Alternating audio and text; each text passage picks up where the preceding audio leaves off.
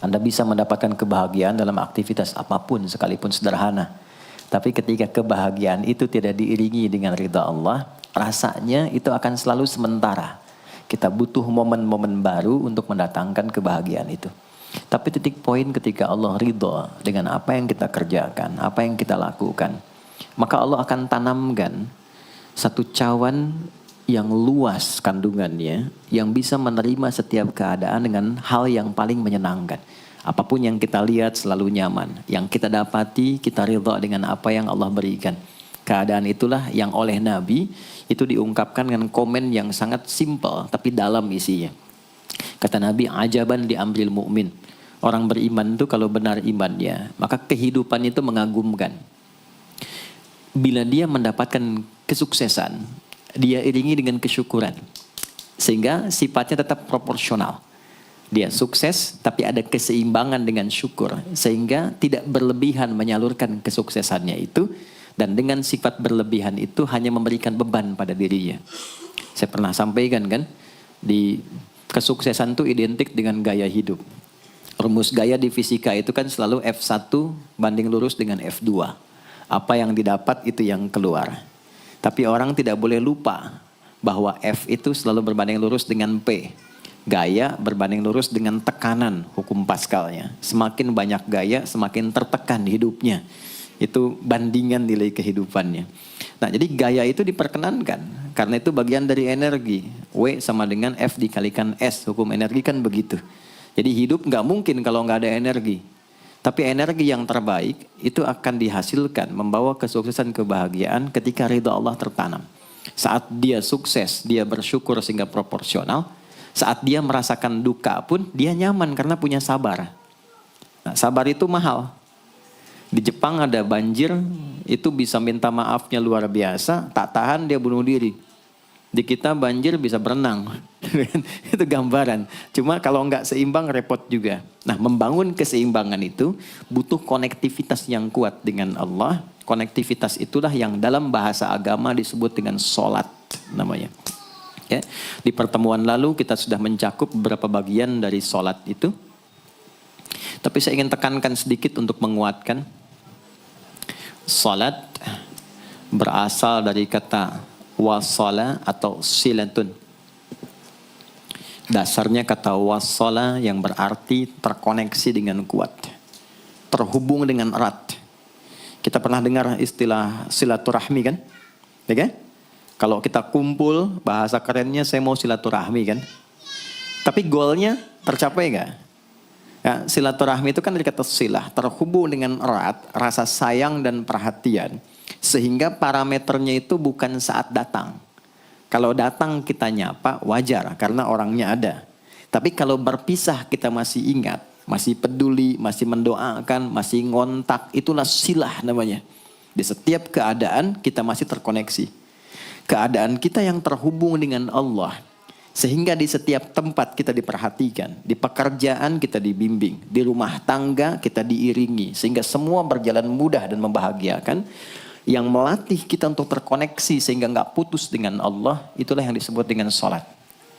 Sehingga goal dari sholat itu adalah membangun konektivitas kita dengan Allah yang kuat. Itu yang dimaksud di Quran surah keempat An-Nisa di ayat 103.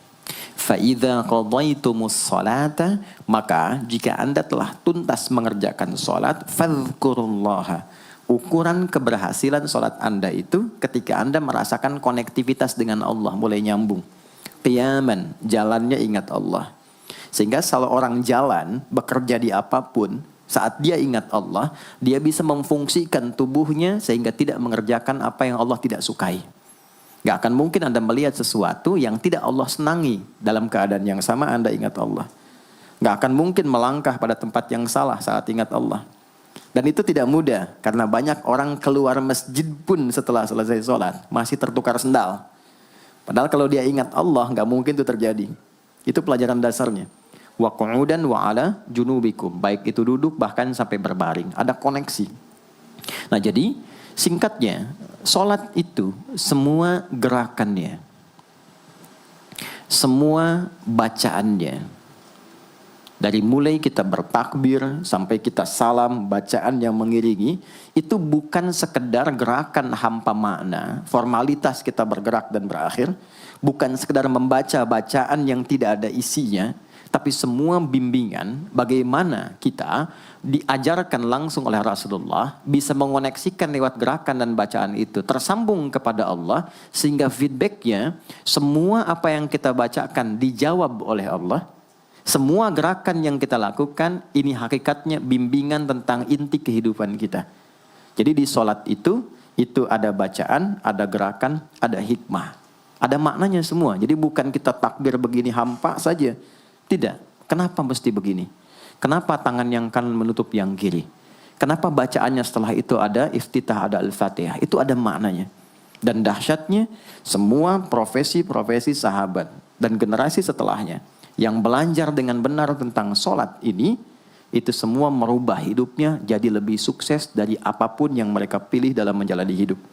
Dan yang paling hebat, itu yang menjadikan Nabi mendapat perintah pertama bukan zakat, bukan haji, bukan umrah, bukan puasa, tapi sholat. Dan perintahnya khusus, spesial, disampaikan dalam peristiwa Isra Mi'raj untuk memberikan pesan begitu tingginya nilai sholat ini untuk kehidupan manusia. Mohon izin maaf bagi teman-teman yang baru bergabung, supaya tidak banyak mengulang, teman-teman bisa cek kembali di pelajaran sebelumnya. Kita kemarin telah selesai di pembahasan iftitah dengan tangan kanan meletakkan di punggung yang kiri, lalu kemudian diletakkan di atas dada seperti ini. Kesimpulannya adalah, saya cepat saja, dari mulai kita bertakbir, kalau ingin terkoneksi dengan Allah, maka fokuskan diri kita untuk tersambung. Buang urusan dunia semua ke belakang. Jangan bawa dalam sholat. Kalau ingin kita tersambung dengan Allah, tepikan yang lain, hadapkan diri kita, pasrahkan. Hanya Allah yang tinggi, yang agung, yang istimewa. Kalimat agung, tinggi, istimewa, itu disebut dengan akbar. Maka kita ucapkan Allahu Akbar. Kita buang semua urusan dunia ke belakang, pasrahkan diri kita, hadirkan sekarang hanya Allah yang agung saja. Itu poinnya. Kenapa problemnya tidak sedikit orang sholat itu sulit menemukan kekhusyuan? Karena dia bertakbir masih membawa dunia. Dia tidak sholat dengan memahami gerakan takbirnya. Dia jadikan sebagai formalitas. Apakah benar? Secara fikih benar. Gugur kewajiban, dapat pahala sesuai keikhlasan, tapi value dari sholat yang mahal itu nggak dapat. Itu poinnya. Buang semua urusan dunia, kemudian tambatkan diri kita hanya kepada Allah. Dan uniknya kata Nabi, di fase itulah setan mulai bertugas yang mengganggu kita, supaya kita tidak fokus untuk memahami dan melakukan apa yang kita baca dan kita gerakan. Ada setan khusus menggoda orang sholat, namanya khanzab. Nanti ada 9 jenis setan yang detil tugasnya itu berada di sekitaran kita. Mungkin satu kali Mas Baim kita belajar tentang fikih setan. Belum pernah ada kan ya? Anda kalau ke sini cuma tahu jalan yang lurus, nggak tahu macetnya, nggak tahu lubangnya, sulit menghindarinya. Kebanyakan orang belajar tentang malaikat tapi nggak belajar setannya, sehingga nggak tahu setan apa yang sedang memprovokasi dirinya. Di Quran, malaikat disebutkan 88 kali, setan disebutkan 88 kali. Kalau kita cuma dengar motivasinya, nggak tahu provokasinya, kita nggak tahu bagaimana cara menghindari yang ini. Itu poinnya. Khanzab itu, dia menggoda orang sholat, dimulai dari takbir. Jadi kalau belum takbir, Anda bisa merasa fokus apa saja. Nggak percaya silakan. Sebelum takbir tuh bisa siap fokus. Tapi begitu Anda mulai bertakbir, di hadis riwayat Abu Daud, Allahu Akbar, fayaqulu syaitanu. Maka di sini setan mulai tugasnya untuk mengganggu orang supaya nggak dapat nilai-nilai tadi.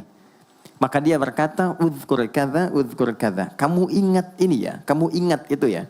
Betapa Anda memulai dengan membuang semua urusan dunia. Tapi kalau sudah takbir, itu setan yang install. Masuk sendiri dia. Makanya kalau nggak percaya silakan nanti zuhur tuh ya. Begitu Anda takbir, itu masuk semua. Ingat ini, ingat itu, mobil parkir di mana. Sampai ceramah saya sekarang pun itu akan masuk. Ingat ya, ada setan yang goda. Nah itu setan itu. Itu setan sendiri. Membuat kita itu begitu lupa. Sampai lihat ujung hadisnya. Hatta la yash'ural musalli kam raka'atan yusalli. Sampai nanti akan ditemukan orang sholat. Dia tidak sadar berapa rakaat sedang menunaikan sholatnya. Nah itu kalau Nabi sampaikan pasti terjadi. Poin. Untuk kita bisa mengatasi itu, poinnya apa? Quran surah ke-29 dulu, ayat 45. Quran surah 29, Al-Ankabut, ayat 45. Di Islam tuh uniknya begini, istimewanya. Enggak ada satupun ibadah yang hasil kreasi manusia.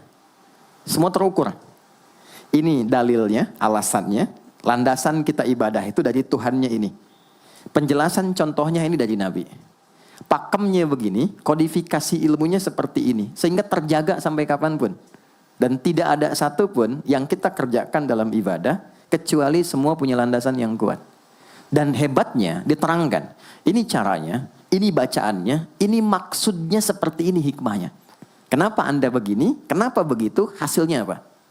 Ketika seseorang sedang memulai sholatnya, dari awal dia pengen fokus, tapi ketika dia mulai bertakbir, muncul godaan, maka sebelum sholat ditunaikan, Allah sudah ingatkan, Utlu ma uhya ilaika minal kitab. Utlu itu dari kata tilawah.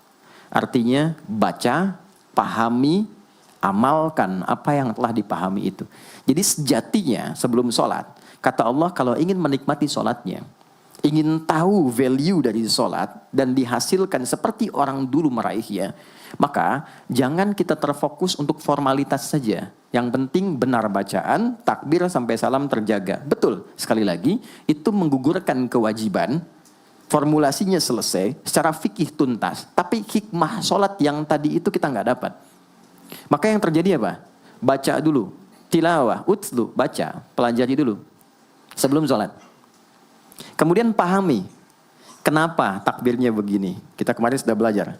Kenapa tangan kanan menutup yang kiri? Apa maksudnya sampai kita diperintahkan sholat? Bagaimana kemudian saat kita baca Al-Fatihah? Kenapa yang dibaca itu? Apa yang jadi bimbingan dari Al-Fatihah untuk kehidupan kita? Kalau sholatnya seperti itu akan merubah hidup kita. Itu langsung Allah sampaikan demikian. Lalu kerjakan, wa aqimis shalah, tunaikan sholat seperti aku tadi isyaratkan, kata Allah. Inna sholata tanha 'anil fahsya wal munkar. Maka jika engkau menunaikannya seperti itu, sholat akan merubah hidupmu. Itu kata Allah tuh. Minimal mendorong kita berbuat jadi lebih baik. Jadi bukan sekedar menjadikan kita pribadi baik, tapi semua yang kita kerjakan menjadi lebih baik. Itu sholat. Itu yang bisa merubah seorang Jundub bin Junadah yang dikenal dengan Abu Dzar al-Ghifari. Ini teman-teman, kenapa Ghifar itu viral? Ghifar itu adalah desa pembegal. Jadi semua sekampung begal semua. Sekampung. Pimpinannya namanya Jundub bin Junadah. Jundub bin Junadah. Singkatnya masuk Islam. Saat masuk Islam, secara singkat saja, Nabi arahkan, diajarin sholat. Betapa sholat merubah hidup beliau, jadi lebih baik. Kembali ke kampungnya, mengajarkan, singkatnya apa? Madinah heboh dengan kedatangan tapak kaki, yang ternyata itu orang-orang Ghifar. Sekampung kurang lebih masuk Islam, dan berubah jadi orang baik semua. Merubah hidup mereka. Jundub orang sukses, setelah itu jadi ustadz. Ini mungkin yang menginspirasi judul preman jadi ustadz. Ini tadinya pembegal semua. Sekampung sukses, jadi orang baik, aktivitasnya berubah, lebih berkualitas. Untuk memberikan inspirasi ke generasi masa depan, bahwa kami dulu pernah begini, dengan sholat kami berubah, kesuksesan kami raih, maka diviralkanlah nama daerahnya. Tambahkan al di depannya, ujungnya tutup dengan i. Maka dilekatkan nama bekennya, kunyah, namanya Abu Dzar. Abu Dzar al-Ghifari. Al-Ghifari itu untuk memberikan kesan begini, saya ini dari Ghifar. Itu kampung jelek, desa tempat pembegal, tapi Islam merubah, saya menjadi lebih baik. Sholat mengarahkan saya punya kualitas hidup yang lebih baik. Itu poinnya. Sejak peristiwa itu, orang-orang Islam dari manapun yang bukan Arab, itu selalu melekatkan nama daerahnya untuk mengenalkan. Islam pun sudah sampai ke tempat saya. Buktinya saya menjadi baik. Ada namanya Muhammad, punya bapak namanya Ismail, punya kakek namanya Ibrahim, kakek buyutnya Al-Mughirah, yang buyutnya Al-Bardizbah, tinggal di kecamatan Ju'fah, kabupatennya Bukhara, provinsinya Khorasan, negaranya Uzbekistan sekarang. Maka karena dari Bukhara, dia kenalkan diri, datang ke daerah Arab, saya dari Bukhara. Rumus yang sama, tambahkan al di depannya, ujungnya i. Maka dia katakan, ana al-Bukhari. Itulah Imam al-Bukhari. Bukan orang Arab. Kita punya guru besar Syekh Nawawi dari Banten. Ana Nawawi al-Bantani. Ana Ahmad Yasin Al-Padangi. Tapi kesan kota itu untuk menunjukkan Islam telah sampai ke tempat saya dan merubah saya menjadi lebih baik. Kang Baim datang ke Mekah umrah, katakan saya Baim Bong al tanah kusiri. Maka kesan yang dibangun itu telah sampai ke tempat saya, merubah saya lebih baik. Saya Arman al Pondok Indahi misalnya kan, tidak masalah. Itu sah. Dan orang mengenal, oh rupanya Islam telah ke setiap wilayah. Tapi value-nya sampai enggak. Jangan cuma kita katakan saya dari fulan, saya dari tempat A. Poinnya adalah apa yang merubah engkau dari Islam menjadikan engkau lebih baik. Jadi kalau ada orang Islam mengaku Muslim, lisannya tidak lebih baik. Maaf sekali, telinganya mendengar tidak yang baik, perilakunya kurang baik, maka dipertanyakan klaim keislamannya. Sudah sejauh mana saya mendapatkan keberkahan dari Islam itu? Itu yang menjadikan kenapa sholat paling pokok dipaksa kita wajib, bukan karena sujud rukuknya. Anda tidak sujud pun tidak akan menurunkan status Allah sebagai Tuhan, tetap Tuhan. Tapi ternyata ada value besar yang dengan kasih Allah diminta kita sholat supaya kita minimal jadi orang baik dan sukses dalam hidup.